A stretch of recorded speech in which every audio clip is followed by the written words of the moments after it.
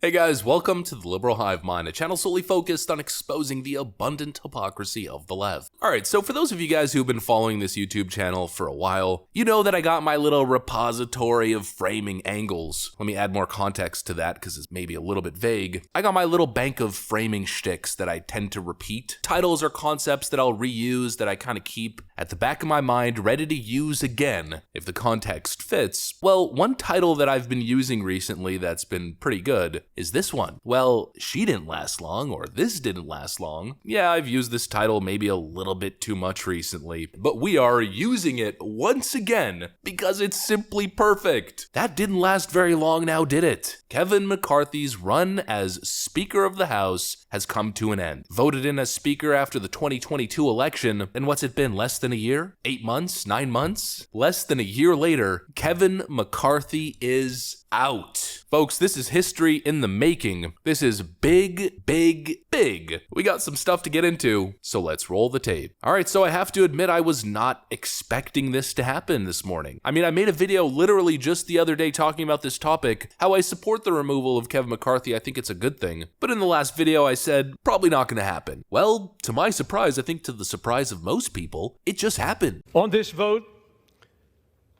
the yeas are 216. The nays are 210. The resolution is adopted. Without objection, the motion to reconsider is laid on the table. The office of Speaker of the House of the United States House of Representatives is hereby declared vacant.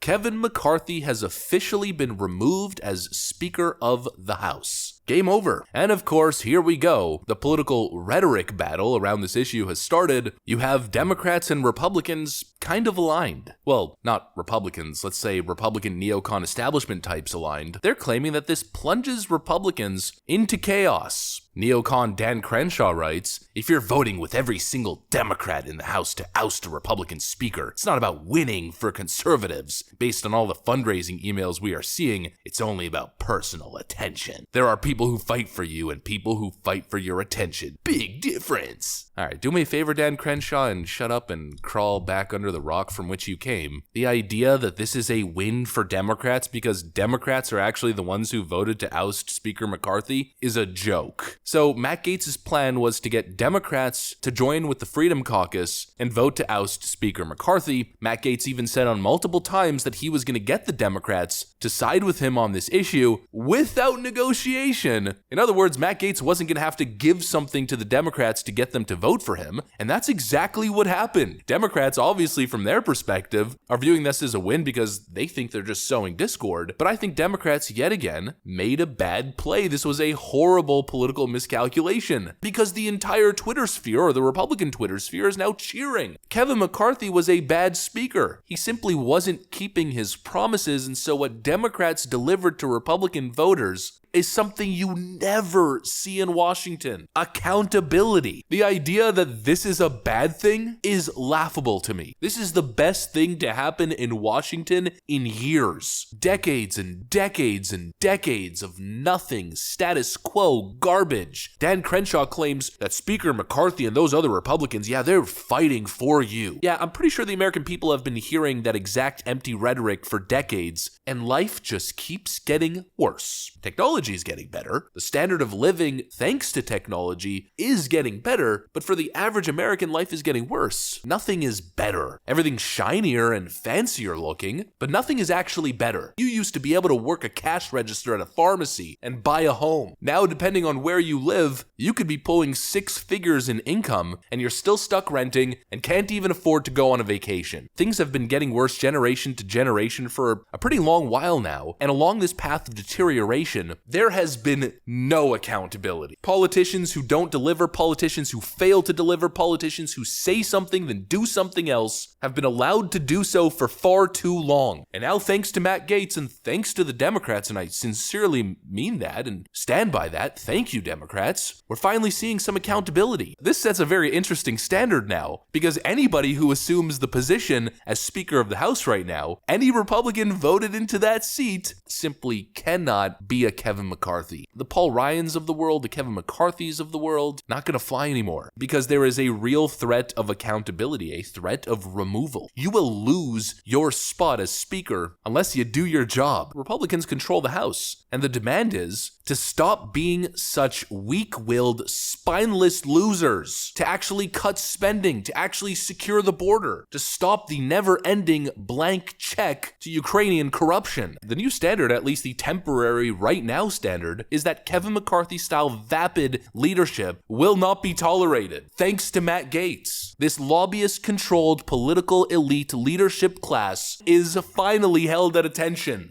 And when it comes to how those raise money, I take no lecture on asking patriotic Americans to weigh in and contribute to this fight from those who would grovel and bend knee for the lobbyists and special interests who own our leadership, who have, oh, boo all you want, who have hollowed out this town and have borrowed against the future of our future generations. I'll be happy to fund my political operation through the work of hardworking Americans, $10 and $20 and $30 at a time, and you all keep showing up at the lobbyist fundraisers and see how that goes for you. I reserve. As if I needed further convincing. You're gonna tell me that aligning yourself with Matt Gaetz, aligning yourself with that worldview, makes you or makes me the bad guy? You are out of your mind. Matt Gaetz and those aligned with him, in my view, are the only redeemable pieces in Washington right now. I mean, for Pete's sakes, the former president of the United States, the Republican frontrunner, is currently being legally persecuted by Joe Biden's DOJ, and Kevin McCarthy can't even get himself to launch an impeachment inquiry, or can't even get himself to mobilize the House or any committees to step in and do the right thing. He's a coward. He is a no action, all talk, no walk, bought and paid for political puppet. Just like Joe, just like Hakeem Jeffries. It simply cannot be allowed to stand. You know, people like Kevin McCarthy will ensure one thing moving forward into the modern age: the extinction of conservative politics. Because Democrats are playing the game. Democrats are willing to get in the mud and play dirty. They are willing to fight, and they're willing to unify in their fight. Republican leaders don't even play ball. They don't even show up on game day. They voice all of these empty platitudes about decorum and standards and this and that, and we will not stoop to that level. Meanwhile, Democrats are digging a grave, ready to kick every Republican in it, and without hesitation, pack tons of dirt into that hole after they've thrown you in. And so it's time to get serious. It's time to start playing the game. It's time to get in the game. And today's the first day where I actually feel a little bit of optimism, thanks to Matt Gaetz. Accountability is possible in Washington. It just comes in very weird ways where you need 200 Democrats to vote with you to get the job done. Kevin McCarthy, by the way, is not planning to run again, at least not for Speaker. Amazing day. And there are some tweets coming out that McCarthy is telling people that he's not going to run again. We'll see if that transpires to your point. That's incredible. And who comes up next? Aisha, great reporting today. Thank you. Right.